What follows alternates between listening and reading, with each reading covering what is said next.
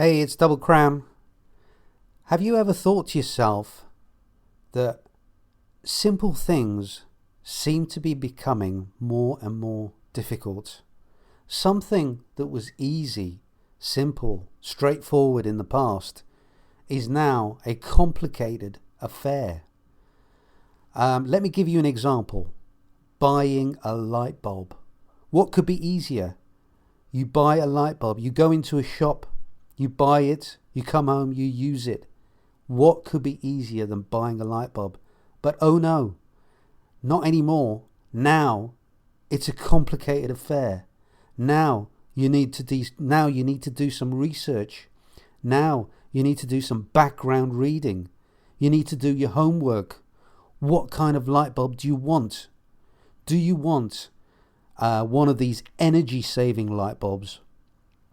Do you want a standard light bulb? Now, I went into this shop and I used two different type of light bulbs. I've got the new type, the energy saving light bulbs, but I've also got some of the old-fashioned standard incandescent light bulbs. So I went into the shop thinking that, okay, I'm going to buy some incandescent standard light bulbs because I quite like the light that they give off.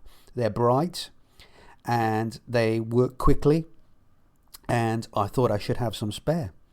So I went into a shop and tried to buy one. But oh no, you can't buy them anymore. No, standard incandescent light bulbs are no longer available. Or if they are available, you can only get them from specialist retail outfits. So they do still sell a standard light bulb, but it's not an incandescent light bulb. Now it's a halogen light bulb. It's more expensive. I've never ever used a halogen light bulb, so I don't know if it gives off the kind of light that I want. If it's as good as the previous incandescent ones, I don't know. And of course you've got this huge array of the energy saving light bulbs. All these light bulbs now have a rating, A, B, C, D, E, etc., about how efficient they are. You need to do your research. You need to read the labels. You have to make a decision. And of course, if you look at these light bulbs, they all come in different sizes. So you've got to know, is it going to fit within your lampshade? It's now a complicated affair. Now, another example I've got for you of how things are becoming more complicated is something that happened to me when I was trying to go on holiday and I wanted to go to the airport. So what did I do? I booked some parking space at the airport. What could be easier?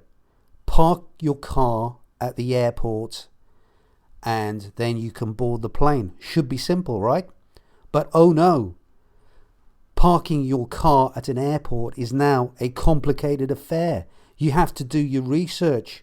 You have to make sure if you're parking at an official parking space or one of these unofficial parking spaces.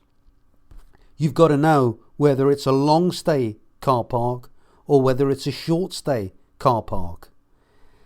I thought that I would just be able to drive there, park up, and then take my luggage to the airport.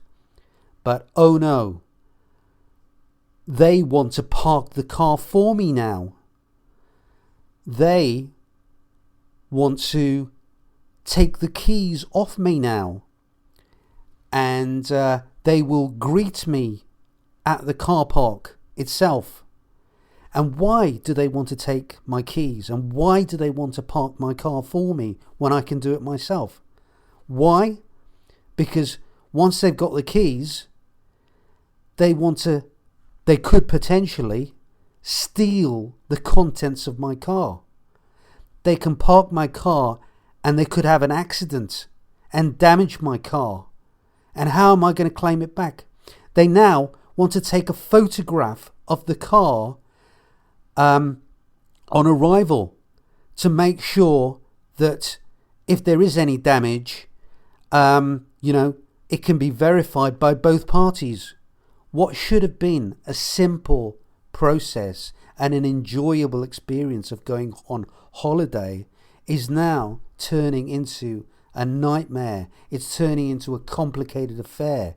When you come back to pick your car up again, there are horror stories of people's items in the car having gone missing, or the car being damaged, that the person who parked your car had an accident, and you're then in for a long battle to try and get your money back or to get compensation.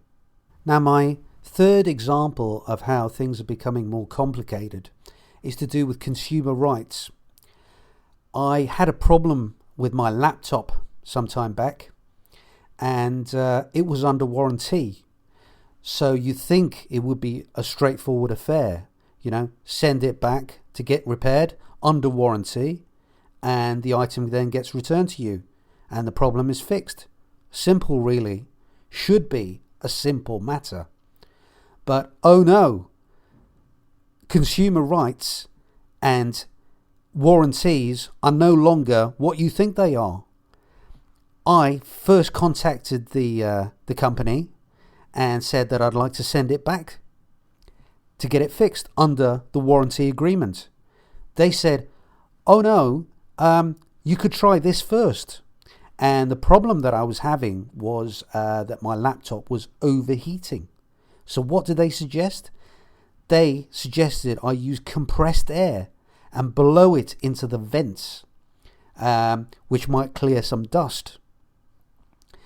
So they wanted to sell me air. You're now having to pay for air. Can you believe it?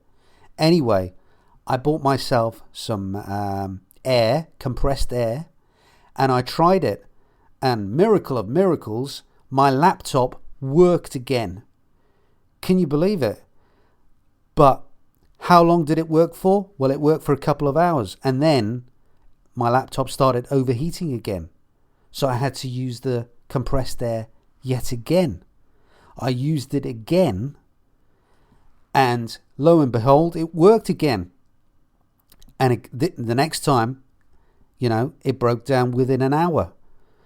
And it wasn't long before I started getting fed up of this, of just constantly having to blow compressed air into the vents to get my laptop working. So I had to contact them again. And of course, by this stage, this had all wasted a few weeks. This whole process of me buying compressed air, blowing it into the vents, the thing working for a few days, etc. This had all wasted time. My warranty was rapidly running out. So I had to make a quick decision. I had to then go and send it off to be repaired and to contact them again, when I could have simply just done that in the first place. Another complication where there didn't need to be any complication. Something that was simple is now being made more and more complicated, totally unnecessarily.